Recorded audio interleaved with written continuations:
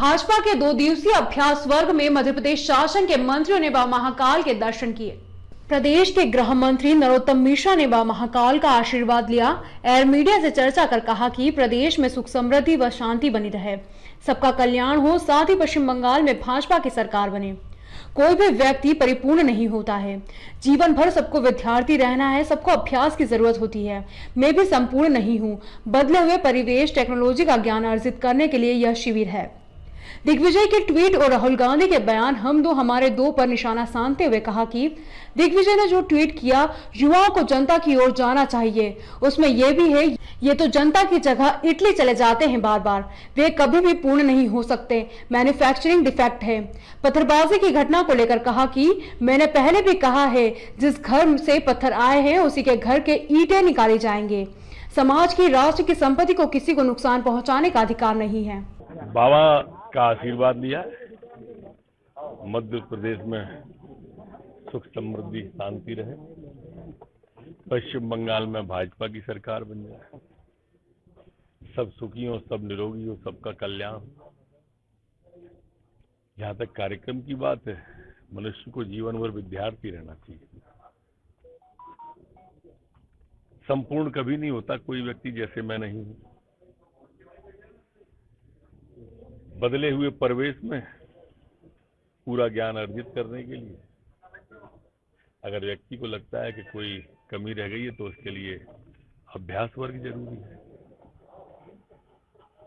बदलने हुई टेक्नोलॉजी में, बदली हुई परिस्थिति में हम नया कुछ कर सकें, सीख सकें, उसके लिए वर्ग है जिसके लिए मैं आया हूं। वहीं वीडी शर्मा प्रदेश अध्यक्ष ने मीडिया से चर्चा में कहा कि महाकाल से प्रार्थना की है कि उज्जैन आए हैं तो बाबा महाकाल के आशीर्वाद से ही काम होंगे।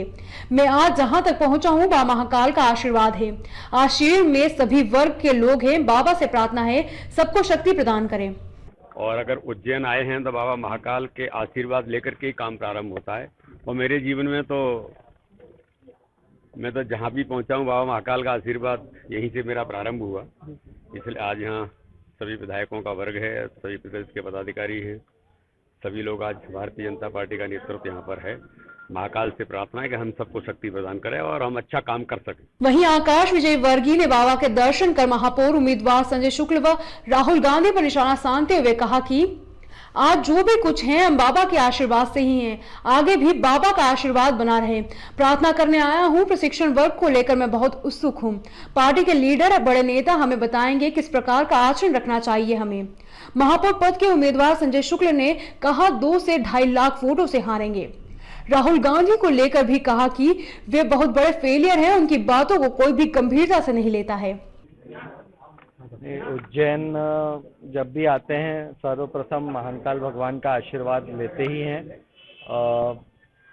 इन्हीं के आशीर्वाद से आज जो कुछ भी हैं हम हैं, और आगे भी इनका आशीर्वाद बना रहे, ऐसी प्रार्थना करने आया था। और साथ ही आज से प्रशिक्षण वर्ग है, उसको लेके बहुत उत्सुक हूँ मैं, क्योंकि बहुत अच्छे हमारे सीनियर लीडर आने वाले हैं और किस प्रकार एक नेता को अपना आचरण रखना चाहिए, कार्यकर्ता को अपना आचरण रखना चाहिए, वो सब हमें बताने वाले हैं।